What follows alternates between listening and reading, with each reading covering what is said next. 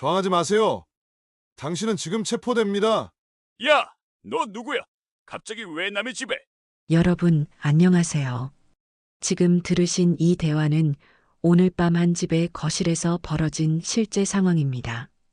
술에 취한 새아빠가 아내를 폭행하고 있을 때 갑자기 나타난 군복 차림의 젊은 남성이 한 말이죠. 준우야, 정말 너야? 살아있었구나. 뭐? 경찰? 이런 미친. 너 정말 경찰이야? 그 순간 바닥에 떨어진 것은 경찰 특공대 신분증이었습니다. 경찰 특공대라는 글자가 선명하게 보였죠. 하지만 이 충격적인 순간 뒤에는 아무도 몰랐던 3년간의 가슴 아픈 이야기가 숨어 있었습니다.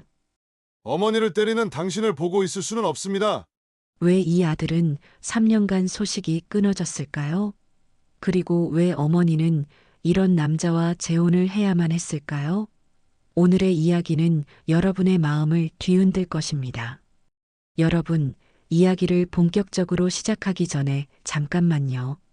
좋아요와 구독 버튼 한번 눌러주세요. 여러분의 작은 관심 하나하나가 더 많은 감동적인 이야기를 전해드릴 수 있는 큰 힘이 됩니다. 댓글로 여러분의 생각도 들려주세요. 그럼 지금부터 준호와 어머니의 눈물겨운 3년간의 이야기 함께 들어보시죠. 늦은 밤 11시 서울 외곽의 작은 아파트 거실에서 고함 소리가 울려 퍼졌다.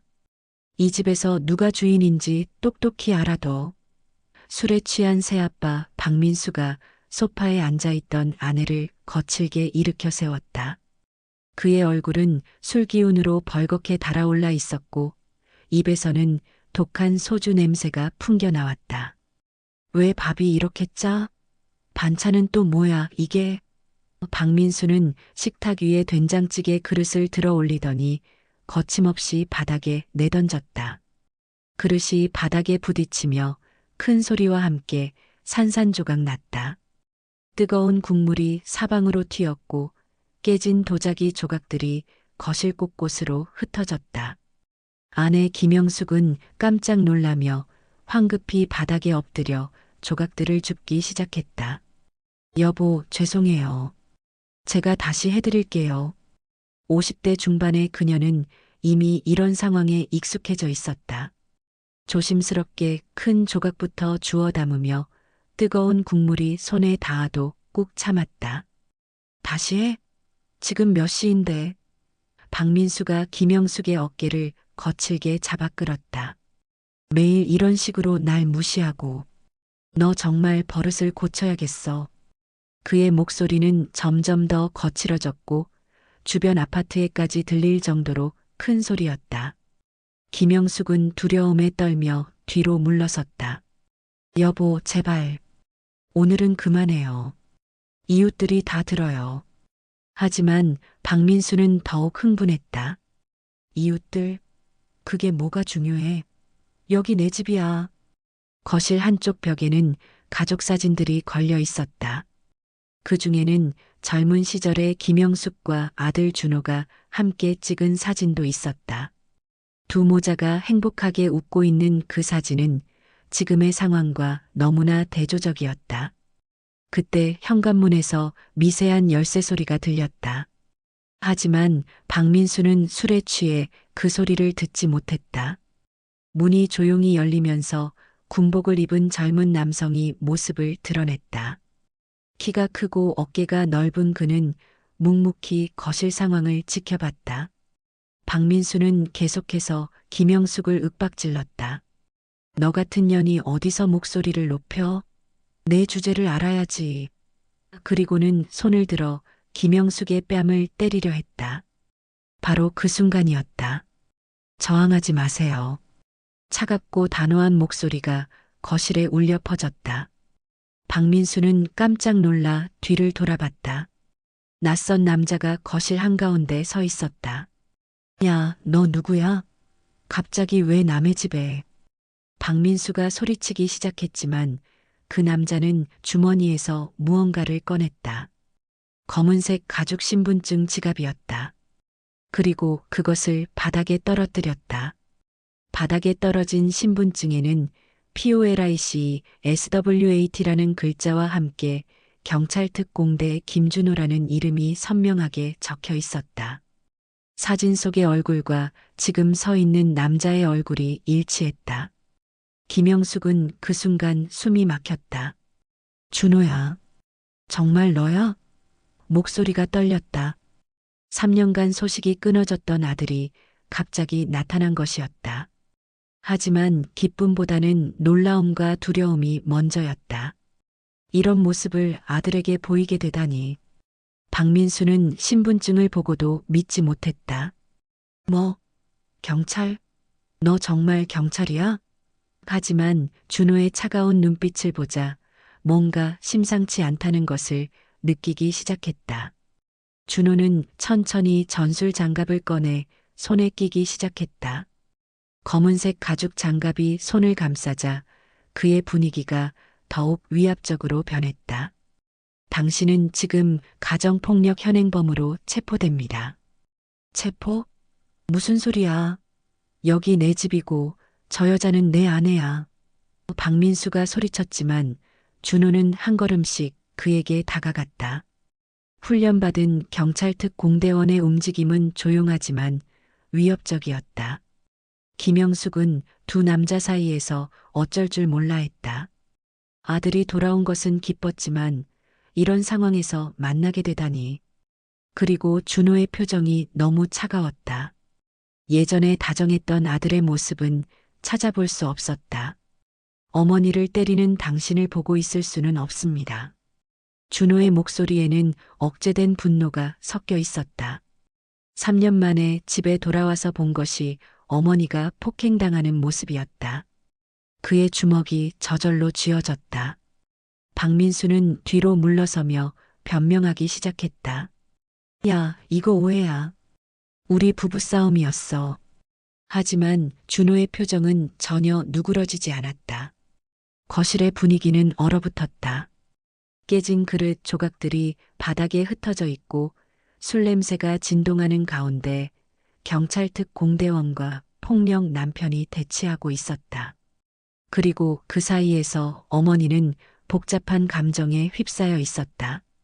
준호는 박민수를 똑바로 바라보며 마지막으로 경고했다. 지금 저항하지 않으면 조용히 끝낼 수 있습니다. 하지만 저항한다면. 그는 말을 끝내지 않았지만 그 의미는 충분히 전해졌다. 이제 거실에서는 세 사람의 거친 숨소리만 들렸다. 폭풍 전야의 고요함이었다. 누구도 다음에 무슨 일이 벌어질지 예상할 수 없었다. 단지 확실한 것은 이 밤이 이 가족에게 평생 잊지 못할 밤이 될 것이라는 점이었다. 박민수는 준호의 위압적인 분위기에 잠시 움찔했지만 곧 술기운에 힘입어 다시 목소리를 높였다. 야, 너 정말 경찰이라고? 그럼 어디 영장이라도 가져왔어? 그는 여전히 상황을 파악하지 못하고 있었다. 3년간 이 집의 주인 행세를 해왔던 그에게는 갑작스럽게 나타난 준호가 그저 건방진 젊은이로만 보였다. 영장은 현행범에게는 필요 없습니다. 준호가 차분하게 대답했다. 그의 목소리에는 감정의 기복이 전혀 없었다. 마치 수백 번 반복해서 말해온 공식적인 문구 같았다. 가정폭력 범죄의 처벌 등에 관한 특례법 제5조에 의거해 현행범 체포를 집행합니다. 박민수는 준호가 법조문까지 정확히 인용하는 것을 보고 당황하기 시작했다. 하지만 여전히 인정하고 싶지 않았다. 무슨 가정폭력이야? 우리 부부가 조금 말다툼한 게 뭐가 문제야? 요즘 젊은 놈들은 정말 말다툼이라고 하셨습니까? 준호의 눈빛이 더욱 차가워졌다. 그는 바닥에 흩어진 깨진 그릇 조각들을 가리켰다. 저것도 말다툼의 결과입니까? 어머니의 어깨에 난 멍 자국도 말다툼 때문입니까? 김영숙은 본능적으로 어깨를 감쌌다. 며칠 전 박민수에게 맞아서 생긴 멍이 아직 남아 있었다. 긴팔로 가려놓았지만 아들의 예리한 눈에는 숨겨지지 않았던 것이다. 준호야, 그건. 김영숙이 말을 시작하려 했지만 준호가 손으로 제지했다. 어머니, 지금은 말씀하지 마세요. 준호의 목소리는 여전히 차가웠지만 어머니를 향할 때는 미묘하게 부드러워졌다. 제가 처리하겠습니다. 박민수는 점점 더 초조해졌다. 상황이 자신에게 불리하게 돌아가고 있다는 것을 느끼기 시작했다. 야, 너 정말 경찰이라고 쳐도 여기는 내 집이야. 내 아내한테 뭘 하든 그건 내 자유 아냐? 자유라고 하셨습니까? 준호가 한 걸음 더 다가섰다. 그의 군화가 바닥에 그릇 조각을 밟으며 바스락거리는 소리가 났다. 사람을 때리는 것이 자유라고 생각하십니까? 박민수는 뒤로 물러서려 했지만 이미 벽에 등이 닿아 있었다. 아, 아니야. 그게 아니라.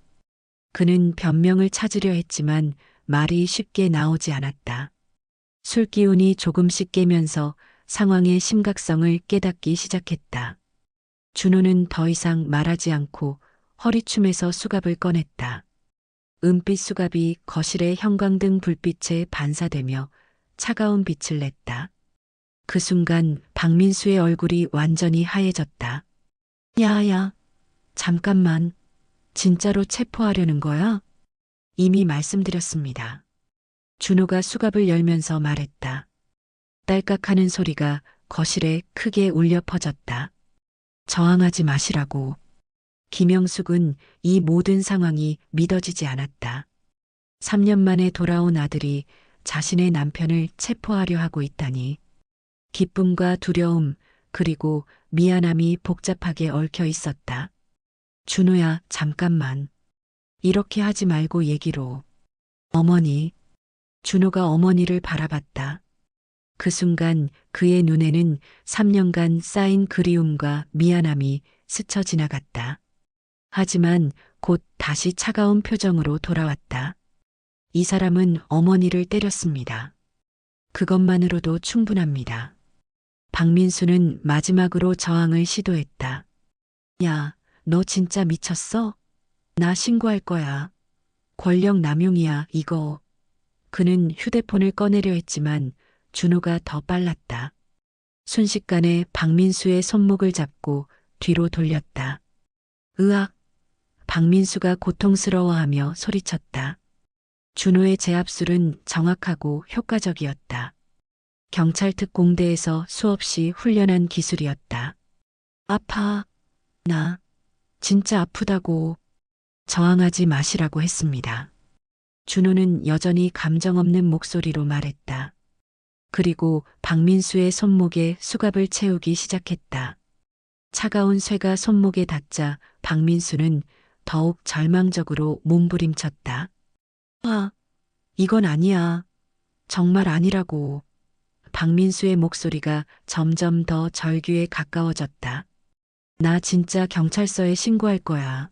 너 이거 완전 불법 체포야. 준호는 대답하지 않았다. 수갑을 완전히 채우고 나서 박민수를 소파 쪽으로 앉혔다. 움직이지 마세요. 지금부터 당신이 하는 모든 말은 법정에서 불리하게 사용될 수 있습니다. 김영숙은 소파 한 구석에 웅크리고 앉아 이 모든 상황을 지켜봤다. 아들이 이렇게 차가우고 무서운 사람이 된 것일까? 3년 전에 따뜻하고 다정했던 준호는 어디로 간 것일까? 전쟁터 같은 곳에서 일하다 보니 이렇게 변한 것일까? 준호야. 김영숙이 조심스럽게 불렀다. 정말 너 맞지? 우리 아들 맞지? 그녀의 목소리에는 3년간의 그리움이 묻어 있었다. 동시에 지금의 아들이 낯설다는 두려움도 함께 있었다. 준호는 어머니를 바라봤다. 그 순간 그의 단단했던 표정이 미묘하게 흔들렸다. 네, 어머니. 준호입니다. 그의 목소리가 살짝 떨렸다. 늦어서 죄송합니다. 박민수는 여전히 수갑에 묶인 채로 저항하고 있었다. 야, 이거 풀어. 진짜 아프다고. 이건 명백한 인권 침해야. 하지만 아무도 그의 말에 신경 쓰지 않았다. 거실은 기묘한 정적에 휩싸였다. 3년 만에 재회한 모자, 그리고 수갑에 묶인 남자. 아무도 예상하지 못했던 상황이었다. 벽시계는 여전히 째깍거리고 있었고 바닥의 그릇 조각들은 이 모든 상황의 시작을 증언하고 있었다. 준호는 박민수를 감시하면서도 계속 어머니를 의식하고 있었다. 3년간 보고 싶었던 얼굴이었지만 이런 상황에서 만나게 될 줄은 몰랐다. 어머니의 수척해진 모습과 어깨의 멍 자국이 그의 마음을 아프게 했다. 박민수는 수갑에 묶인 상태에서도 계속 저항했다. 야, 이거 진짜 불법이야. 너 나중에 큰일 난다. 그는 소파에서 일어나려고 했지만 준호가 차가운 눈빛으로 그를 제지했다. 앉아 계세요. 더 이상의 저항은 공무집행 방해죄가 추가됩니다. 공무집행 방해? 웃기지 마. 너 지금 개인적인 감정으로 하는 거 아니야? 박민수가 소리쳤다. 그는 마지막까지 상황을 자신에게 유리하게 돌리려고 했다. 이 여자 아들이라며? 그럼 이거 완전 사적 보복이네. 준호의 표정이 더욱 차가워졌다. 사적 보복이라고 하셨습니까? 그는 휴대폰을 꺼내 무언가를 조작하기 시작했다. 그럼 지금부터 모든 것을 녹음하겠습니다. 당신이 한 말들을 정확히 기록해 두겠습니다. 박민수는 휴대폰을 보자 더욱 당황했다. 야, 뭘 녹음해? 그거 끄라고. 하지만 준호는 이미 녹음을 시작했다. 지금 시각 오후 11시 42분, 가정폭력 현행범 박민수 씨에 대한 현장 조서를 작성합니다. 현장 조서? 김영숙이 놀라며 물었다. 준호야, 그게 뭐야?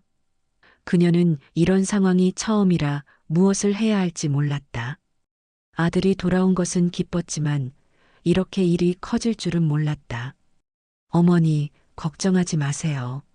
준호가 어머니를 안심시키며 말했다. 정당한 절차입니다. 이 사람이 어머니에게 한 일들을 정확히 기록해 두는 것입니다. 그의 목소리는 어머니를 향할 때만큼은 부드러웠다. 박민수는 점점 더 초조해졌다. 야, 그만해. 진짜 그만하라고. 그는 수갑을 풀려고 몸부림쳤지만 경찰용 수갑은 쉽게 풀리지 않았다. 이거 너무 꽉 조여졌어. 손목이 아프다고. 표준 체포술입니다. 준호가 무표정하게 대답했다. 혈액순환에 지장을 주지 않는 적정 강도로 체결되어 있습니다. 그는 마치 교과서를 읽듯이 기계적으로 말했다. 김영숙은 아들의 변화에 당황했다. 3년 전에 준호는 이렇게 차가운 사람이 아니었다. 따뜻하고 다정했던 아들이 어떻게 이렇게 변했을까? 준호야, 너 많이 변했구나. 그녀가 슬픈 목소리로 말했다. 준호는 어머니의 말에 잠시 멈칫했다. 하지만 곧 다시 업무적인 표정으로 돌아왔다. 어머니, 이 사람이 언제부터 어머니를 때렸는지 말씀해 주세요. 정확한 날짜와 횟수를 기록해야 합니다. 아니야, 준호야. 그런 건. 김영숙이 망설였다. 아무리 박민수가 자신을 때렸다고 해도 이렇게 큰 일이 될 줄은 몰랐다. 그냥 조용히 넘어가면 안 될까? 조용히 넘어간다고요? 준호의 목소리가 높아졌다. 처음으로 감정이 드러나는 순간이었다. 어머니가 맞는 것을 조용히 넘어가라고요? 그의 주먹이 떨렸다. 박민수는 이 기회를 놓치지 않았다. 봐라. 저 여자도 별로 원하지 않아. 그냥 우리끼리 해결할 일이야. 그는 김영숙을 이용해 상황을 빠져나가려 했다. 진짜 별일 아니었어. 별일이 아니라고요? 준호가 박민수에게 다가갔다. 그의 눈에는 분노가 타오르고 있었다. 어머니 어깨의 멍 자국도 별일이 아닙니까? 바닥에 깨진 그릇들도 별일이 아닙니까? 박민수는 준호의 분노를 보고 뒤로 물러났다. 야, 흥분하지 마. 너 지금 감정적으로 대하고 있어. 이거 직무유기야. 하지만 그의 목소리는 점점 떨리고 있었다. 준호는 깊게 숨을 들이쉬고 다시 차분해졌다. 감정적이라고 하셨습니까? 그는 다시 냉정한 경찰관의 모습으로 돌아왔다. 그럼 더욱 정확하게 처리하겠습니다. 그는 다시 휴대폰을 들고 112에 전화를 걸었다. 여보세요, 경찰서입니까? 경찰특공대 김준호입니다. 가정폭력 현행범을 체포했습니다. 지원 요청합니다. 그의 목소리는 완전히 공식적이었다. 박민수의 얼굴이 더욱 창백해졌다. 야, 진짜 경찰서에 신고하는 거야? 이거 취소 안 돼? 이제야 상황의 심각성을 깨달은 듯했다. 잠깐만, 다시 생각해보자. 이미 늦었습니다. 준호가 차갑게 대답했다. 현행범 체포는 취소할 수 없습니다. 그는 전화 통화를 마치고 어머니를 바라봤다. 어머니, 잠시 후 경찰차가 올 것입니다. 김영숙은 완전히 당황했다. 경찰차? 준호야, 이웃들이 다 볼 텐데. 그녀는 체면을 생각하지 않을 수 없었다. 이미 이 아파트에서 3년을 살아오면서 박민수의 폭력 때문에 이웃들의 시선이 따가웠다. 괜찮습니다, 어머니. 준호가 어머니의 손을 잡았다. 차가웠던 그의 손이 따뜻해졌다. 더 이상 숨기지 마세요. 이 사람이 어머니에게 한 일들을 모든 사람이 알아야 합니다. 박민수는 마지막으로 애원하기 시작했다. 제발 그냥 이번 한 번만. 다시는 안 그럴게. 진짜 다시는. 하지만 준호는 전혀 흔들리지 않았다. 다시는 안 그런다고요? 준호가 냉소적으로 웃었다. 몇 번째 다시는입니까? 어머니가 몇 번이나 그 말을 들었을까요? 그의 목소리에는 깊은 분노가 억제되어 있었다. 밖에서 사이렌 소리가 들려오기 시작했다. 경찰차가 도착하고 있었다. 박민수는 완전히 절망에 빠졌다. 안 돼. 정말 안 돼. 하지만 이미 모든 것이 돌이킬 수 없는 상황이 되어버렸다. 준호는 창문으로 다가가 밖을 확인했다. 도착했습니다. 그는 다시 어머니를 바라봤다. 어머니, 이제 진짜 끝입니다. 더 이상 이 사람 때문에 고생하지 않으셔도 됩니다. 김영숙의 눈에 눈물이 맺혔다. 안도감과 두려움, 그리고 3년 만에 만난 아들에 대한 복잡한 감정이 한꺼번에 밀려왔다. 준호야, 정말 우리 아들이 맞구나. 현관문 벨이 울렸다. 경찰입니다. 밖에서 굵직한 목소리가 들려왔다. 준호가 문을 열자 2명의 경찰관이 들어왔다. 경찰특공대 김준호 경위님이시죠? 신고 접수했습니다. 네, 수고하셨습니다. 준호가 정중하게 인사했다. 그리고 소파에 앉아있는 박민수를 가리켰다. 가정폭력 현행범 박민수입니다. 이미 체포 완료했습니다. 경찰관들은 익숙한 듯 박민수를 일으켜 세웠다. 일어나세요. 함께 가셔야겠습니다. 박민수는 마지막까지 저항했다. 야, 이거 정말 억울해. 나 정말 억울하다고. 하지만 아무도 그의 말을 듣지 않았다. 경찰관들은 박민수를 끌고 나갔고 거실에는 준호와 김영숙만 남게 되었다. 갑작스러운 정적이 흘렀다.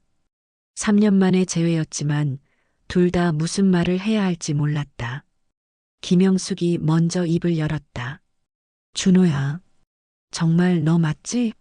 살아있었구나. 그녀의 목소리는 떨렸다. 3년 동안 얼마나 걱정했는지 모르겠다. 눈물이 볼을 타고 흘러내렸다. 준호는 어머니 앞에 무릎을 꿇고 앉았다. 경찰특공대의 차가운 모습은 사라지고 어린 아들의 모습이 되어 있었다. 어머니, 죄송해요. 정말 죄송해요. 그의 목소리도 떨렸다. 왜 연락 한 번 안 했어? 살아있는지 죽었는지도 모르겠더라. 김영숙이 준호의 얼굴을 두 손으로 감쌌다. 이렇게 야위었네. 많이 고생했구나. 아들의 변화를 보며 마음이 아팠다. 준호는 어머니의 손길에 눈을 감았다. 말씀드릴 수 없었어요.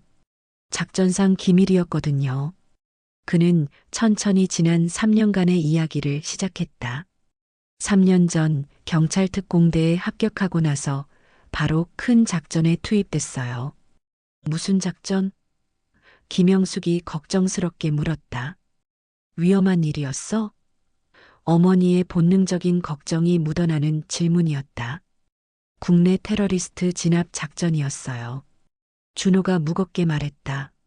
서울 시내에 폭탄 테러를 계획하던 조직이 있었거든요. 저희 특공대가 그들의 은신처를 급습하는 임무를 맡았어요. 김영숙은 숨을 죽이고 들었다. 아들이 그런 위험한 일을 하고 있었다니. 그래서 어떻게 됐어? 작전은 성공했어요. 테러리스트들을 모두 체포했죠. 준호의 표정이 어두워졌다. 하지만 그 과정에서 폭탄이 터졌어요. 제가 폭탄 해체를 하다가 그는 말을 멈췄다. 폭탄이 터졌다고? 김영숙의 얼굴이 창백해졌다. 그럼 너 다친 거야? 그녀는 아들의 몸을 살펴보기 시작했다. 어디 다쳤어? 보여줘. 준호는 왼팔을 살짝 움직였다. 왼팔 신경이 손상됐어요. 6개월간 의식불명이었고 그 후 2년간 재활 치료를 받았어요. 그의 목소리에는 깊은 피로가 묻어 있었다. 의식불명? 김영숙이 충격받아 물었다. 6개월 동안? 그녀는 그 시간을 떠올렸다. 아들이 의식불명 상태로 누워 있을 때 자신은 아무것도 모르고 있었던 것이다. 부대에서는 가족들에게 알리지 말라고 했어요. 테러 조직의 보복이 있을 수 있다고. 그래서 연락을 드릴 수 없었어요. 준호가 고개를 숙였다. 매일 어머니 생각을 했어요. 하지만 연락할 수 없었어요. 김영숙은 아들의 이야기를 들으며 가슴이 찢어지는 것 같았다. 그럼 그동안 난 아무것도 모르고. 그녀는 지난 3년을 돌이켜봤다. 아들의 소식이 없어 매일 밤 울었던 기억들이 떠올랐다. 특히 처음 1년이 가장 힘들었어요. 준호가 계속 말했다. 의사들도 깨어날 수 있을지 확신하지 못했거든요. 그때 가장 보고 싶었던 사람이 어머니였어요. 내가 알았다면, 김영숙이 눈물을 닦으며 말했다. 내가 알았다면 매일 병원에 갔을 텐데, 간병도 해줬을 텐데, 후회가 밀려왔다. 그래서 더 죄송해요. 준호가 어머니의 손을 잡았다. 어머니가 혼자 얼마나 힘드셨을까. 매일 생각했어요. 제가 없으니까 경제적으로도 어려우셨을 텐데. 김영숙은 고개를 끄덕였다. 힘들었어. 정말 힘들었어. 그녀는 솔직하게 말했다. 내가 없으니까 모든 게 막막했어. 돈도 부족하고 외로웠고. 그녀는 잠시 말을 멈췄다. 그래서 그 사람과 재혼하신 거예요? 준호가 조심스럽게 물었다. 박민수에 대한 이야기를 꺼내기 어려웠지만 알아야 했다.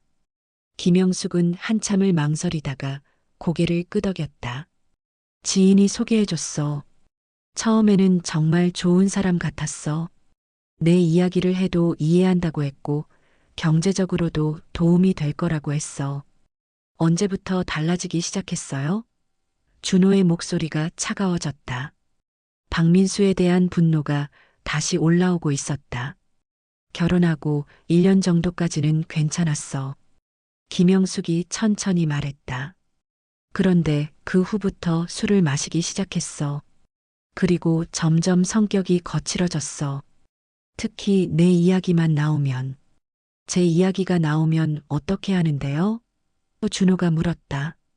죽었다고 하더라. 김영숙의 목소리가 작아졌다. 언제까지 죽은 놈 기다릴 거냐고. 그런 말들을 했어.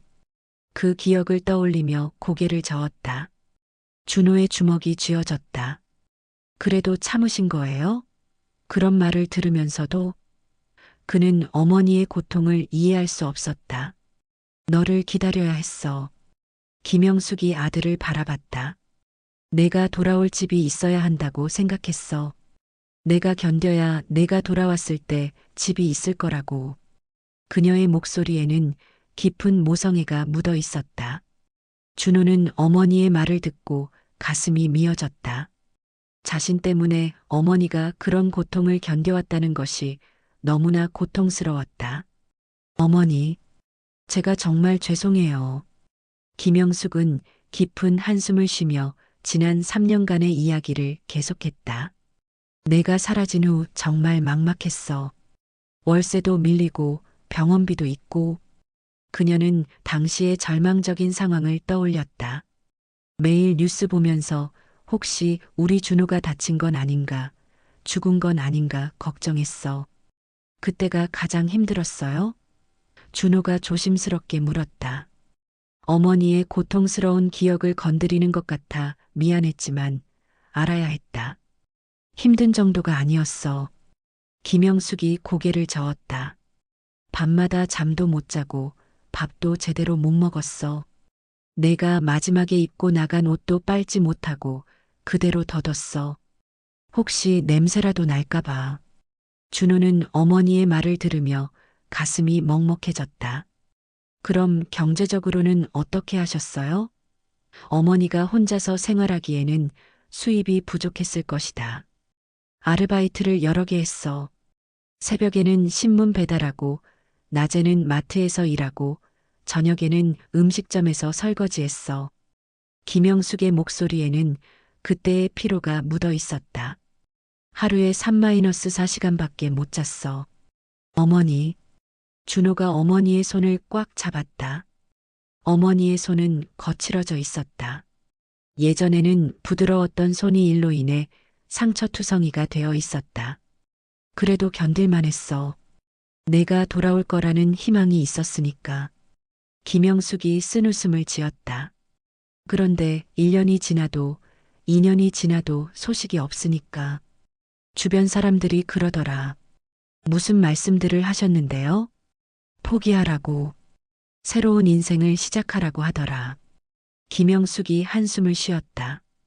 특히 교회 언니들이 걱정해서 남자 소개도 시켜주려고 했어. 처음에는 거절했지만 준호는 어머니의 심정을 이해할 수 있었다. 3년간 혼자서 모든 것을 감당하기에는 너무 힘들었을 것이다. 그래서 박민수를 만나신 거예요? 응. 교회 집사님이 소개해줬어.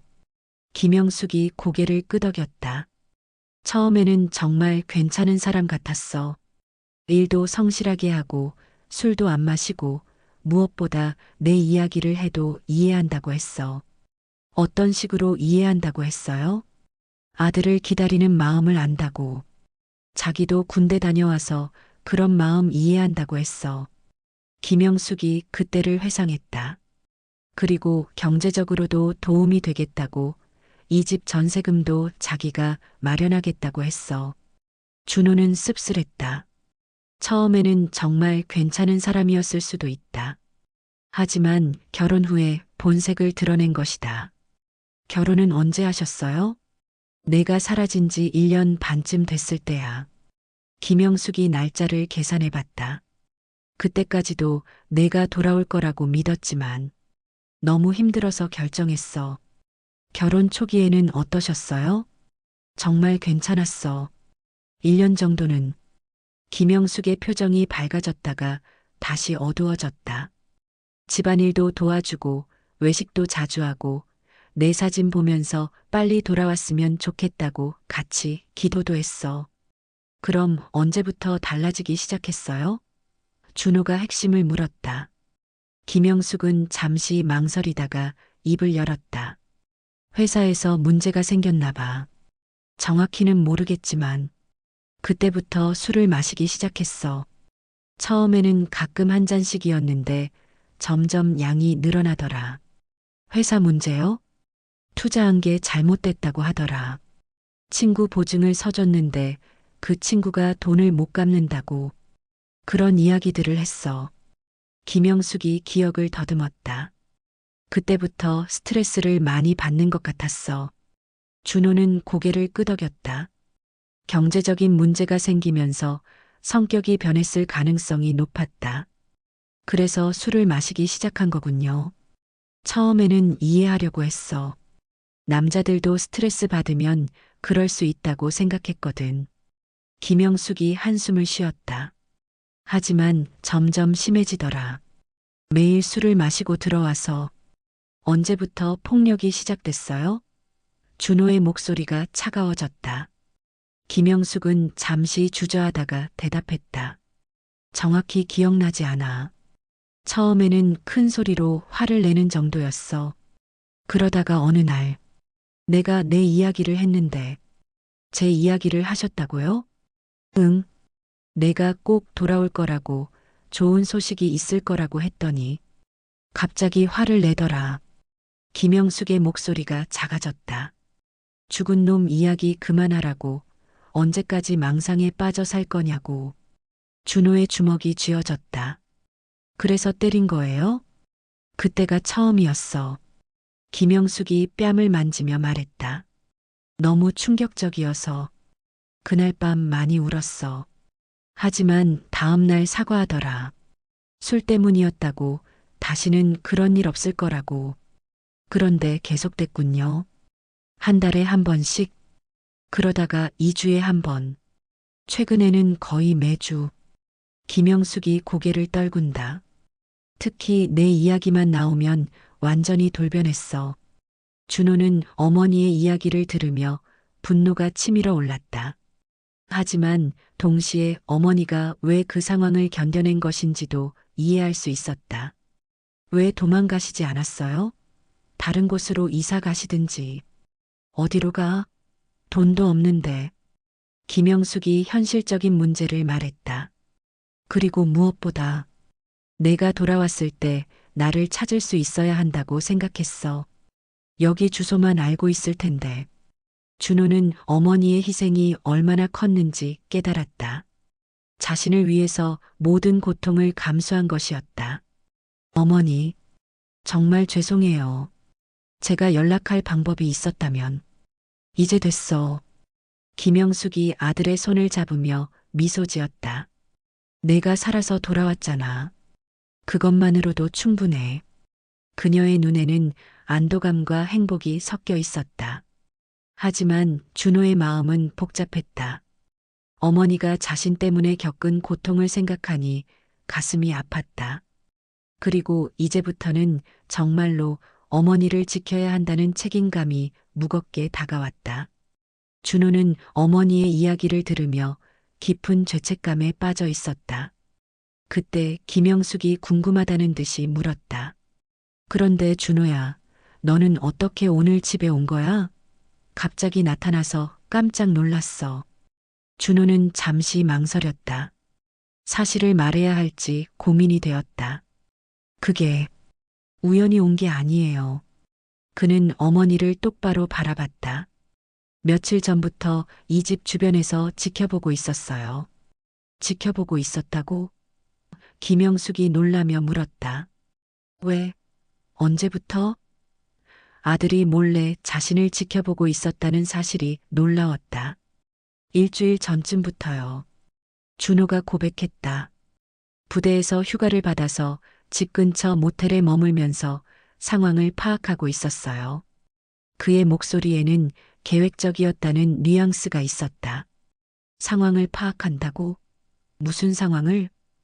김영숙은 아직 이해하지 못했다. 아들이 왜 몰래 지켜봐야 했는지 의문이었다. 준호는 천천히 설명하기 시작했다. 부대에 복귀한 후에 동료들을 통해서 어머니 소식을 들었어요. 재혼하셨다는 것도 알게 됐고, 그는 잠시 말을 멈췄다. 그럼 진작에 왔으면 됐잖아. 왜 이제야? 김영숙이 원망스러운 목소리로 물었다. 아들이 자신의 상황을 알고 있었다면서 왜 이제야 나타났는지 이해할 수 없었다. 처음에는 어머니가 행복하게 사시는 줄 알았어요. 준호가 고개를 숙였다. 재혼도 하시고 경제적으로도 안정됐다고 들어서 오히려 제가 나타나면 어머니가 불편해하실까봐 걱정했어요. 김영숙은 아들의 말을 듣고 가슴이 아팠다. 그럼 언제 진실을 알게 된 거야? 한 달 전쯤이에요. 준호의 표정이 어두워졌다. 부대 동료 중에 이 동네에 사는 친구가 있어요. 그 친구가 우연히 어머니를 봤다고 하더라고요. 나를 봤다고? 마트에서 쇼핑하시는 걸 봤는데 얼굴에 멍이 있었다고 했어요. 준호의 목소리가 떨렸다. 그때 뭔가 이상하다고 생각했어요. 더 자세히 알아보니까 김영숙은 그때를 떠올렸다. 한 달 전쯤 박민수가 특히 심하게 때린 적이 있었다. 화장으로 가렸지만 완전히 숨겨지지는 않았던 모양이다. 그래서 직접 확인하러 온 거예요. 준호가 계속 말했다. 휴가를 신청하고 이 동네에 와서 며칠 동안 지켜봤어요. 어머니가 정말 괜찮으신지. 며칠 동안 지켜봤다고? 김영숙이 놀랐다. 그럼 나를 본 거야? 네. 매일 봤어요. 준호의 목소리가 슬퍼졌다. 어머니가 마트에 가시는 것도 보고, 약국에 가시는 것도 보고, 그리고 그 사람이 술 마시고 들어와서 소리 지르는 것도 들었어요. 김영숙은 충격을 받았다. 아들이 자신의 비참한 모습을 지켜보고 있었다니. 그럼 왜 진작에 나타나지 않았어? 증거가 필요했어요. 준호가 진지하게 말했다. 단순히 부부싸움이라고 할 수도 있잖아요. 확실한 증거를 잡아야 법적으로 처리할 수 있어요. 법적으로 처리한다고? 김영숙이 당황했다. 준호야, 그렇게까지 할 필요는. 필요해요, 어머니. 준호가 단호하게 말했다.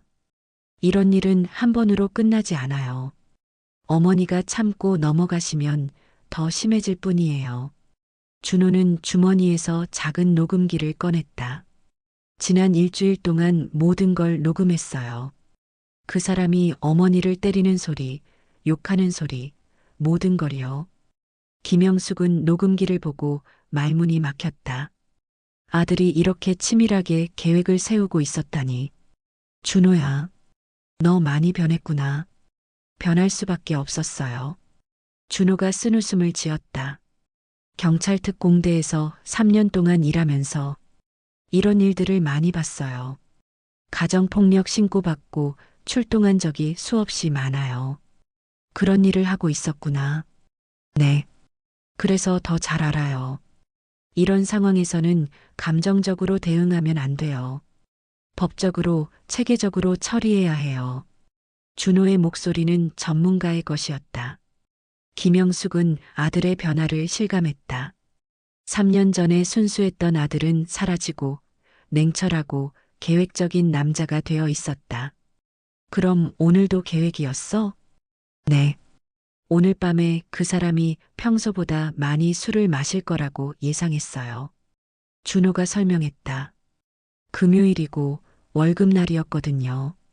그럴 때 가장 폭력적이 되더라고요. 어떻게 그런 걸 알아? 일주일 동안 패턴을 분석했어요. 준호가 담담하게 말했다.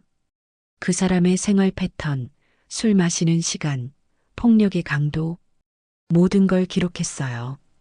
김영숙은 아들의 말을 들으며 소름이 돋았다. 아들이 이렇게 냉철하고 무서운 사람이 된 것일까? 준호야, 너 정말 많이 변했구나. 어머니를 지키기 위해서예요. 준호가 어머니의 손을 잡았다. 더 이상 어머니가 고통받는 걸 볼 수 없어요.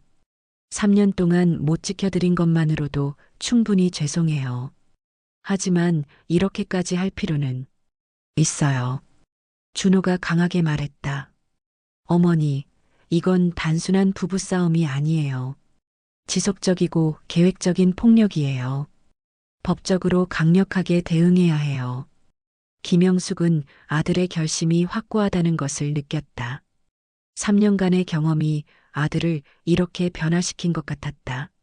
한편으로는 든든했지만 다른 한편으로는 아들이 너무 차가워진 것 같아 걱정이 되었다. 그럼 이제 어떻게 되는 거야? 김영숙이 조심스럽게 물었다. 그 사람은 구속될 가능성이 높아요. 증거가 충분하거든요. 준호가 현실적으로 말했다. 그리고 어머니는 이제 안전해지실 거예요. 김영숙은 복잡한 감정에 휩싸였다. 안도감과 동시에 앞으로의 일에 대한 불안감도 있었다. 하지만 무엇보다 아들이 돌아왔다는 사실이 가장 큰 위로였다. 김영숙은 아들의 계획적인 모습에 놀라면서도 한편으로는 걱정이 되었다. 준호야, 그런데 너는 괜찮아? 이런 일 하면서 마음고생 많이 했을 텐데. 어머니의 본능적인 걱정이 먼저였다. 준호는 잠시 망설이다가 고개를 끄덕였다. 힘들었어요. 어머니가 맞는 소리를 듣고 있으면서도 바로 뛰어들지 못하고 증거를 모아야 한다는 이유로 참고 있는 게 정말 고통스러웠어요. 그럼 왜 그렇게 했어? 바로 나타나면 됐잖아. 김영숙이 이해하지 못한다는 표정으로 물었다. 어머니, 제가 그냥 나타났다면 어떻게 하셨을 거예요? 준호가 반대로 물었다. 그 사람을 그냥 내보내라고 하셨을 거예요. 아니면 조용히 해결하자고 하셨을 거고요. 김영숙은 아무 말도 할 수 없었다. 아들의 말이 맞았다. 정말로 그랬을 것이다. 그래도 그럼 결국 아무것도 달라지지 않았을 거예요. 준호가 단호하게 말했다. 그 사람은 며칠 있다가 다시 돌아왔을 거고 더 조심스럽게 어머니를 괴롭혔을 거예요. 이번에는 확실하게 끝내야 해요. 김영숙은 아들의 논리적인 설명을 들으며 감탄했다. 3년 사이에 아들이 이렇게 성숙해졌다니. 그런데 준호야, 너는 앞으로 어떻게 할 거야? 다시 부대로 돌아가야 하는 거 아니야? 준호의 표정이 잠시 어두워졌다. 그게 사실 말씀드릴 게 있어요. 그는 왼팔을 살짝 움직이며 말했다. 저 더 이상 현장 임무를 할 수 없어요. 무슨 말이야? 김영숙이 놀라며 물었다. 왜? 다쳤다고 했잖아. 많이 다친 거야? 준호는 천천히 군복 소매를 걷어 올렸다. 왼팔에는 수술 흉터가 길게 나 있었고 근육이 예전만큼 발달되어 있지 않았다. 신경 손상이 심해서요. 완전히 마비되지는 않았지만 특공대 업무를 하기에는 부족해요. 김영숙은 아들의 상처를 보고 가슴이 찢어졌다. 아이고, 우리 아들이 이렇게 다쳤구나. 그녀는 조심스럽게 아들의 팔을 만져봤다. 아프지? 지금도 아파? 가끔 저려요. 특히 날씨가 나쁠 때는. 준호가 솔직하게 말했다. 하지만 일상생활에는 지장이 없어요. 다만 총을 들거나 격투를 하기에는. 그럼 이제 어떻게 되는 거야? 내달부터 내근직으로 전환돼요. 준호가 설명했다. 경찰서 수사관이나 정보과에서 일하게 될 것 같아요. 현장 출동은 못하지만 사무 업무는 할 수 있거든요. 김영숙은 한편으로는 안도했다. 아들이 더 이상 위험한 일을 하지 않아도 된다는 것이었다. 그럼 서울에서 근무하는 거야? 네, 그럴 예정이에요. 준호가 고개를 끄덕였다. 그래서 더욱 어머니 곁에 있을 수 있어요. 이제는 정말로 어머니를 지킬 수 있어요. 준호야. 김영숙의 눈에 눈물이 맺혔다. 너 때문에 내가 고생했다고 생각하지 마. 엄마는 내가 안전하게 돌아온 것만으로도 충분해. 아니에요, 어머니. 준호가 어머니의 손을 꽉 잡았다. 제가 연락할 방법을 찾았어야 했어요. 어머니가 이런 고생을 하고 계신 줄 알았다면. 그때는 어쩔 수 없었잖아. 너도 다쳐서 힘들었을 텐데. 김영숙이 아들을 위로했다. 이제 모든 게 끝났어. 우리 다시 시작하자.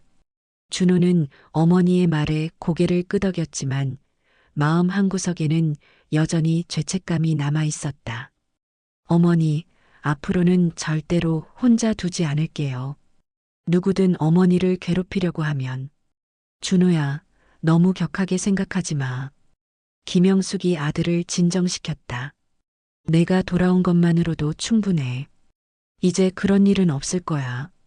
하지만 어머니가 당한 일들을 생각하면 준호의 목소리가 떨렸다. 제가 없는 동안 얼마나 무서우셨을까요? 얼마나 외로우셨을까요? 김영숙은 아들의 고통스러운 표정을 보며 마음이 아팠다. 준호야, 그런 생각하지 마. 엄마는 괜찮았어. 내가 언젠가는 돌아올 거라고 믿었으니까. 정말로요? 정말로 괜찮으셨어요? 준호가 간절하게 물었다. 김영숙은 잠시 망설였다. 사실을 말하면 아들이 더 괴로워할 것 같았다. 하지만 거짓말을 할 수도 없었다. 힘들었어. 정말 힘들었어. 하지만 견딜 수 있었어. 너 때문에 견딜 수 있었어. 어머니. 준호가 어머니를 껴안았다. 3년 만의 포옹이었다. 두 사람 모두 눈물을 흘렸다. 우리 아들이 이렇게 컸구나. 김영숙이 아들의 등을 토닥이며 말했다. 엄마보다 훨씬 든든해졌네. 어머니가 저를 이렇게 키워주셨잖아요. 준호가 눈물을 닦으며 말했다. 앞으로는 제가 어머니를 지킬게요. 약속드려요. 김영숙은 아들의 약속을 들으며 마음이 따뜻해졌다. 3년간의 고통이 한순간에 사라지는 것 같았다. 그럼 이제 정말로 우리 둘이서 살 수 있는 거야? 네, 어머니. 이제 정말로 평안하게 사실 수 있어요. 준호가 미소를 지었다. 그리고 제가 매일 집에 들어올 수 있어요. 더 이상 외롭지 않으실 거예요. 고마워, 아들아. 김영숙이 진심으로 말했다. 정말 고마워. 두 사람은 한참 동안 서로를 바라보며 지난 3년간의 시간을 되새겼다. 고통스러운 시간이었지만 이제는 모든 것이 끝났다. 새로운 시작을 할 수 있었다. 거실에는 평화가 찾아왔다. 깨진 그릇 조각들은 여전히 바닥에 흩어져 있었지만 이제 그것들은 과거의 흔적일 뿐이었다. 앞으로는 이런 일이 다시는 일어나지 않을 것이다. 준호는 어머니를 지키겠다는 다짐을 다시 한번 마음속으로 되새겼다. 이제는 정말로 어머니 곁에서 보호할 수 있었다. 그것만으로도 충분했다. 두 사람이 포옹을 나누고 있을 때 준호가 갑자기 왼팔을 부여잡으며 인상을 찌푸렸다. 작은 신음소리가 나왔다. 김영숙은 즉시 아들의 변화를 눈치챘다. 준호야, 어디 아파? 김영숙이 걱정스럽게 물었다. 왜 그래? 아들의 얼굴이 갑자기 창백해진 것을 보고 당황했다. 괜찮아요, 어머니. 준호가 억지로 웃으며 말했다. 그냥 조금 저린 것뿐이에요. 하지만 그의 이마에는 식은 땀이 맺혀 있었다. 왼팔을 감싸고 있는 손이 떨리고 있었다. 김영숙은 아들의 상태가 심각하다는 것을 직감했다. 이게 괜찮다는 거야? 얼굴이 하얗게 됐잖아. 그녀는 아들을 소파에 앉히고 물을 가져다 줬다. 물 마셔. 준호는 물을 마시며 천천히 진정했다. 정말 괜찮아요. 가끔 이래요. 하지만 그의 목소리에는 고통이 묻어 있었다. 날씨가 변하거나 스트레스를 받으면. 가끔이 아니라 자주 그런 거 아니야? 김영숙이 예리하게 물었다. 어머니의 직감이었다. 준호야, 엄마한테 숨기지 마. 얼마나 아픈 거야? 준호는 한참을 망설이다가 진실을 말하기로 했다. 사실, 많이 아파요. 그는 고개를 숙였다. 폭탄 터질 때 신경이 심하게 손상됐어요. 수술도 여러 번 받았지만 완전히 낫지 않은 거구나. 김영숙의 목소리가 슬퍼졌다. 그럼 앞으로 계속 아픈 거야? 의사 말로는 평생 갈 수도 있다고 해요. 준호가 솔직하게 말했다. 특히 무리하거나 스트레스를 받으면 더 심해져요. 오늘도 그 사람을 제압하면서 무리했나 봐요. 김영숙은 아들이 자신 때문에 아픔을 참으면서까지 그 상황을 해결했다는 것을 깨달았다. 아이고, 우리 아들이 아픈데도 엄마를 위해서 눈물이 나려고 했다. 어머니 때문이 아니에요. 준호가 급히 말했다. 제가 해야 할 일이었어요. 그리고 이 정도 아픔은 감당할 수 있어요. 감당할 수 있다고? 이게 감당할 수 있는 일이야? 김영숙이 아들의 왼팔을 조심스럽게 만져봤다. 만져봐도 돼? 준호는 고개를 끄덕였다. 김영숙이 아들의 팔을 조심스럽게 만져보니 근육이 경직되어 있었다. 그리고 미세하게 떨리고 있었다. 이렇게 심한 줄 몰랐어. 처음 몇 달은 더 심했어요. 준호가 회상했다. 손가락 하나도 움직일 수 없었거든요. 그래도 재활 치료를 열심히 해서 지금은 많이 나아진 거예요. 그럼 특공대 일도 그래서 못하는 거구나. 김영숙이 이제야 상황을 완전히 이해했다. 총도 제대로 못 들고. 네. 준호가 쓴웃음을 지었다. 정확한 사격이 어려워요. 손이 떨려서. 그리고 체력적으로도 예전만 못해요. 김영숙은 아들의 고백을 들으며 가슴이 미어졌다. 그럼 내가 꿈꾸던 일을 더 이상 할 수 없다는 거네. 준호는 어려서부터 경찰이 되겠다는 꿈을 가지고 있었다.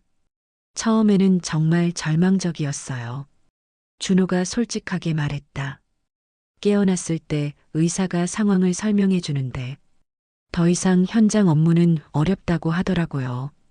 얼마나 힘들었을까. 김영숙이 아들의 손을 잡았다. 그래도 포기하지 않고 여기까지 온 거네. 포기하고 싶었어요. 정말 많이. 준호의 목소리가 떨렸다.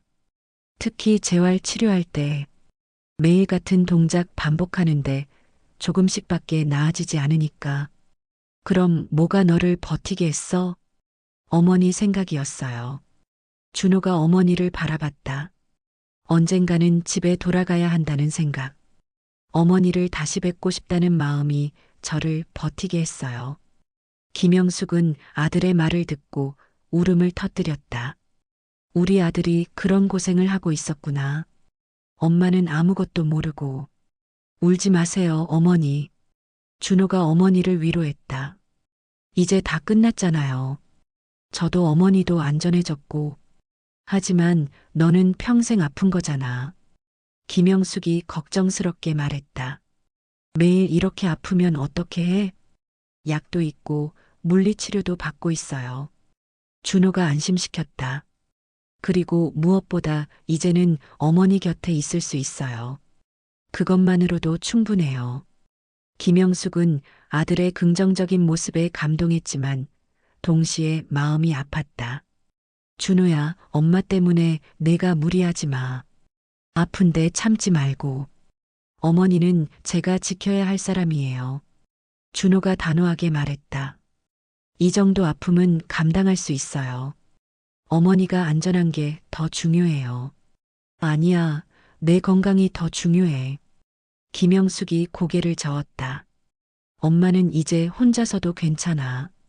너는 내 몸부터 챙겨. 어머니. 준호가 감동했다. 어머니는 여전히 자신보다 아들을 더 걱정하고 있었다. 저 정말 괜찮아요. 일상생활에는 지장이 없어요. 그래도 조심해야 해.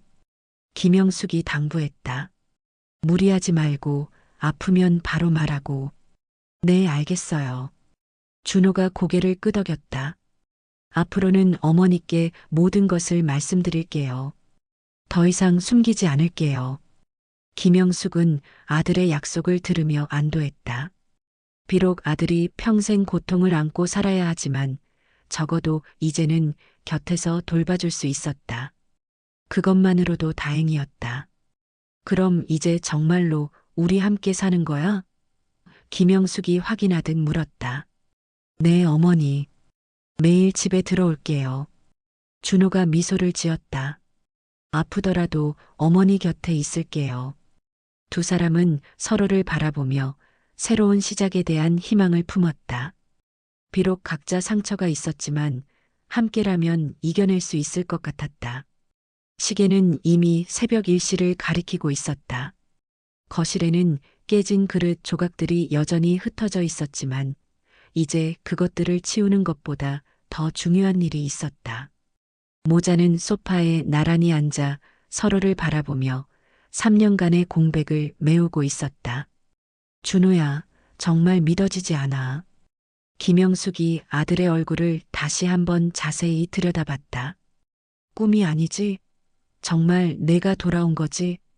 그녀는 아직도 이 모든 상황이 현실인지 확신하지 못했다.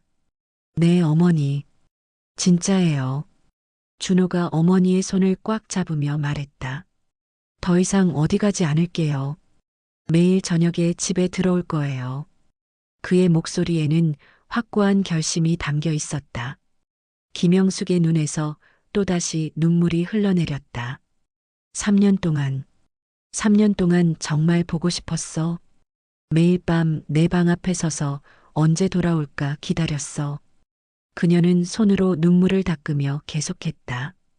내 옷도 그대로 덧었어. 혹시 냄새라도 날까봐. 어머니. 준호도 눈물을 참지 못했다. 정말 죄송해요. 연락도 못 드리고 어머니가 얼마나 걱정하셨을지. 이제 됐어. 살아서 돌아왔잖아. 김영숙이 아들을 다시 끌어안았다. 이게 꿈이라면 깨지 않았으면 좋겠어. 두 사람은 한참 동안 서로를 안고 있었다. 3년간의 그리움, 고통, 외로움이 모두 이 포옹 속에 녹아들었다. 준호는 어머니의 등이 예전보다 얇아진 것을 느꼈고 김영숙은 아들의 어깨가 더 넓어진 것을 느꼈다. 어머니, 앞으로는 절대로 혼자 두지 않을게요. 준호가 진심으로 약속했다. 누구든 어머니를 괴롭히려고 하면 제가 절대 용서하지 않을 거예요. 준호야, 그런 말 하지 마. 김영숙이 아들을 진정시켰다. 복수나 그런 생각하지 말고 우리 그냥 평범하게 살자. 평범한 게 제일 좋은 거야. 준호는 고개를 끄덕였다. 네, 어머니 말씀이 맞아요. 이제는 평범하게, 행복하게 살아요. 그는 주머니에서 특공대 배지를 꺼냈다. 어머니, 이거 받아주세요. 이게 뭐야? 김영숙이 배지를 받아보며 물었다. 금속으로 된 배지에는 경찰 특공대 마크가 새겨져 있었다. 제 특공대 배지예요. 준호가 설명했다. 3년 동안 제가 가장 소중히 여겼던 거예요. 이제 어머니가 가지고 계세요. 내가 왜 이걸 가져야 해? 이제 이 배지는 나라를 지키는 게 아니라 어머니를 지키는 거예요. 준호가 의미 있게 말했다. 제가 어머니를 지키겠다는 약속의 증표예요. 김영숙은 배지를 받아들고 가슴에 품었다. 고마워, 아들아. 정말 고마워. 그녀의 목소리는 떨렸다. 엄마가 뭘 잘했다고 이런 좋은 아들을. 어머니가 저를 이렇게 키워주셨잖아요. 준호가 미소를 지었다. 어려운 상황에서도 포기하지 않고 저를 기다려주셔서 정말 감사해요. 앞으로 우리 어떻게 살까? 김영숙이 희망찬 목소리로 물었다. 이 집에서 계속 살 거야? 당분간은 여기서 살다가 여건이 되면 더 좋은 곳으로 이사 가요. 준호가 계획을 말했다. 제 월급으로 충분히 어머니와 함께 살 수 있어요. 돈 걱정은 하지 마. 엄마도 일할 수 있어. 김영숙이 말했다. 이제는 마음 편히 일할 수 있을 것 같아. 내가 있으니까. 어머니는 푹 쉬세요. 준호가 고개를 저었다. 3년 동안 충분히 고생하셨어요. 이제는 제가 책임질게요. 김영숙은 아들의 든든한 말에 마음이 따뜻해졌다. 그래도 집에 있기만 하면 심심할 텐데. 가벼운 일 정도는 해도 되지? 어머니가 하고 싶으시면요. 준호가 웃으며 말했다. 하지만 무리하지는 마세요. 건강이 제일 중요해요. 두 사람은 미래에 대한 계획을 세우며 이야기를 나눴다. 어떤 음식을 해서 먹을지, 주말에는 어디를 갈지 소소한 일상의 이야기들이었다. 3년 동안 나누지 못했던 대화들을 하나씩 채워나가고 있었다. 준호야, 내 친구들은 어떻게 지내? 김영숙이 궁금해했다. 연락하고 지내? 부대 동료들이 있어요.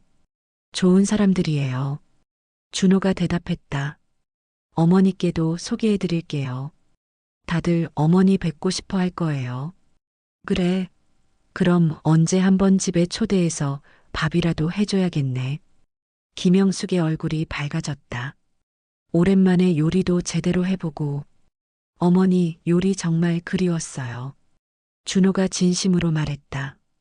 부대 급식이 맛없어서 항상 어머니 김치찌개 생각했어요. 그럼 내일 김치찌개 끓여줄까? 김영숙이 기뻐하며 물었다. 김치가 좀 있어. 정말요? 너무 좋아요. 준호의 얼굴에 환한 미소가 퍼졌다. 어린아이처럼 기뻐하는 모습이었다. 김영숙은 아들의 모습을 보며 흐뭇해했다. 3년 동안 차가워 보였던 아들이 이제야 예전의 모습을 되찾는 것 같았다. 많이 해줄게. 내가 좋아하는 것들 다 해줄게. 어머니가 건강하기만 하면 그걸로 충분해요. 준호가 진심으로 말했다. 맛있는 음식은 덤이고요. 두 사람은 서로를 바라보며 웃었다. 오랜만에 집에 웃음소리가 울려 퍼졌다. 3년간의 고통과 외로움이 한순간에 사라지는 것 같았다. 준호야, 정말 고마워. 김영숙이 다시 한번 말했다. 내가 돌아와줘서 정말 고마워. 어머니야말로 고마워요. 저를 기다려주셔서. 준호도 감사의 마음을 전했다. 이제 진짜 새로운 시작이었다. 모든 고통은 끝났고 희망찬 미래가 기다리고 있었다. 새벽 5시 동이 트기 시작했다. 모자는 밤새 이야기를 나누다가 어느새 소파에서 나란히 잠들어 있었다. 김영숙이 먼저 눈을 떴다. 옆에서 평온하게 잠든 아들의 모습을 보며 이 모든 것이 꿈이 아니라는 것을 다시 한번 확인했다. 준호야. 김영숙이 아들을 조심스럽게 깨웠다. 일어나. 목 아플 거야. 소파에서 잠들어서 목을 삐끗할까봐 걱정됐다. 준호는 천천히 눈을 떴다. 어머니, 벌써 아침이에요? 그는 창밖으로 비치는 햇살을 보며 미소를 지었다. 오랜만에 편안하게 잤어요. 너도 그렇구나. 엄마도 3년 만에 제대로 잠든 것 같아. 김영숙이 기지개를 켜며 말했다. 마음이 편하니까 잠도 잘 오더라. 두 사람은 소파에서 일어나 창가로 걸어갔다. 창밖으로는 평범한 아침 풍경이 펼쳐져 있었다. 출근 준비를 하는 사람들, 학교 가는 아이들, 산책하는 노인들. 모든 것이 평화로워 보였다. 이제 우리도 저런 평범한 일상을 살 수 있겠네. 김영숙이 창밖을 바라보며 말했다. 3년 동안 꿈꿔왔던 일상이야. 네, 어머니. 정말 평범하고 행복한 일상을요. 준호도 고개를 끄덕였다. 매일 아침 어머니 다녀오겠습니다 하고 나가서 저녁에는 어머니 들어왔습니다 하고 들어오는. 김영숙은 아들의 말을 듣고 가슴이 뭉클해졌다. 정말 그런 날이 올까? 매일 내가 집에 들어오는 날이? 당연히 와요. 이제 제가 내근직이니까 야근도 거의 없을 거예요. 준호가 확신 있게 말했다. 매일 저녁 6시면 집에 들어올 수 있어요. 그럼 엄마가 매일 저녁 밥상을 차려놓고 기다릴게. 김영숙의 얼굴에 환한 미소가 퍼졌다.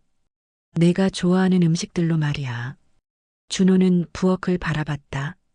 어젯밤 박민수가 던진 그릇 조각들이 아직 치워지지 않았다. 어머니, 저것부터 치워야겠어요. 그는 일어나서 빗자루를 가져왔다. 같이 하자. 김영숙도 일어났다. 이제 마지막으로 치우는 거야. 앞으로는 이런 일 없을 거니까. 두 사람은 함께 바닥의 그릇 조각들을 치웠다. 하나하나 조심스럽게 줍고 닦으면서 동시에 과거의 아픈 기억들도 함께 치우는 것 같았다. 마지막 조각까지 치우고 나니 거실이 깨끗해졌다. 이제 정말 새로운 시작이네. 김영숙이 만족스럽게 거실을 둘러봤다. 모든 게 깨끗해졌어. 준호는 군복을 벗고 옷걸이에 걸었다. 특공대 배지도 함께 벗어서 어머니께 건넸다. 어머니, 이제 이 배지의 주인은 어머니예요. 김영숙은 배지를 받아들고 소중히 바라봤다. 이걸 어디에 둘까? 어머니가 보고 싶은 곳에 두세요. 준호가 말했다. 저에게는 이제 어머니가 가장 소중한 사람이니까 어머니가 정하시는 게 맞아요. 김영숙은 거실 한쪽 벽에 있는 작은 선반에 배지를 올려놓았다. 그 옆에는 준호가 어릴 때 받은 상장들과 사진들이 있었다. 여기 두면 매일 볼 수 있겠다. 좋은 자리네요. 준호가 미소를 지었다. 이제 그 배지는 어머니를 지키는 상징이에요. 두 사람은 다시 소파에 앉았다. 이번에는 차를 끓여서 함께 마셨다. 따뜻한 차 향이 거실에 퍼지면서 평화로운 분위기를 만들었다. 준호야, 앞으로 힘든 일 있으면 엄마한테 꼭 말해. 김영숙이 당부했다. 혼자 끙끙 앓지 말고. 엄마가 도와줄 수 있는 건 도와줄게. 네, 어머니. 이제는 모든 걸 함께해요. 준호가 약속했다. 기쁜 일도 슬픈 일도 모든 걸 함께 나눠요. 김영숙은 아들의 약속을 들으며 마음이 따뜻해졌다. 그래, 우리 이제 진짜 가족으로 다시 시작하는 거야. 창밖으로는 완전히 해가 떠올랐다. 새로운 하루가 시작된 것이다. 그리고 이것은 동시에 이 가족의 새로운 인생의 시작이기도 했다. 어머니, 오늘 뭐 하고 싶으세요? 준호가 물었다. 제가 휴가 중이라서 하루 종일 함께 있을 수 있어요. 그냥 집에서 같이 있으면 돼. 김영숙이 만족스럽게 말했다. 3년 동안 못한 이야기들하고 함께 밥도 먹고 그런 평범한 하루면 충분해. 좋아요. 정말 평범한 하루를 보내봐요. 준호도 동의했다. 오랜만에 어머니와 함께하는 평범한 일상이요. 두 사람은 서로를 바라보며 미소를 지었다. 창밖으로는 햇살이 따뜻하게 비치고 있었고 거실에는 평화로운 정적이 흘렀다. 더 이상 고함 소리도 깨지는 소리도 울음소리도 없었다. 오직 평온함만이 있었다. 김영숙은 아들의 손을 잡으며 생각했다. 이제 정말 괜찮을 거야. 우리 아들이 돌아왔으니까. 준호도 어머니의 따뜻한 손을 느끼며 다짐했다. 이제 어머니를 혼자 두지 않을 거야. 평생 지켜드릴 거야. 거실벽에 걸린 특공대 배지가 아침 햇살에 반짝이고 있었다. 이제 그 배지는 나라를 지키는 것이 아니라 이 작은 가정의 행복을 지키는 상징이 되었다. 그리고 그것으로 충분했다. 진정한 영웅은 멀리 있지 않았다. 바로 여기 어머니 곁에서 평범한 일상을 지키며 사는 아들의 모습에 있었다. 나라를 지키던 그 손이 이제는 가족을 지키고 있었다. 그리고 그것이야말로 가장 소중하고 의미 있는 일이었다. 오늘의 이야기는 여기서 마무리됩니다. 나라를 지키던 경찰 특공대원이 진짜로 지켜야 할 것은 무엇이었는지, 그리고 진정한 영웅이란 어떤 모습인지 생각해 보게 되는 이야기였습니다. 때로는 가장 가까운 사람을 지키는 것이 세상을 지키는 것보다 더 어렵고 소중할 수 있습니다. 준호는 이제 어머니 곁에서 평범하지만 행복한 일상을 만들어갈 것입니다. 여러분도 곁에 있는 소중한 사람들을 잘 지켜주시기 바랍니다. 오늘 이야기가 감동적이었다면 좋아요와 구독 부탁드리고 댓글로 여러분의 생각도 들려주세요. 다음에도 더 따뜻한 이야기로 찾아뵙겠습니다. 감사합니다.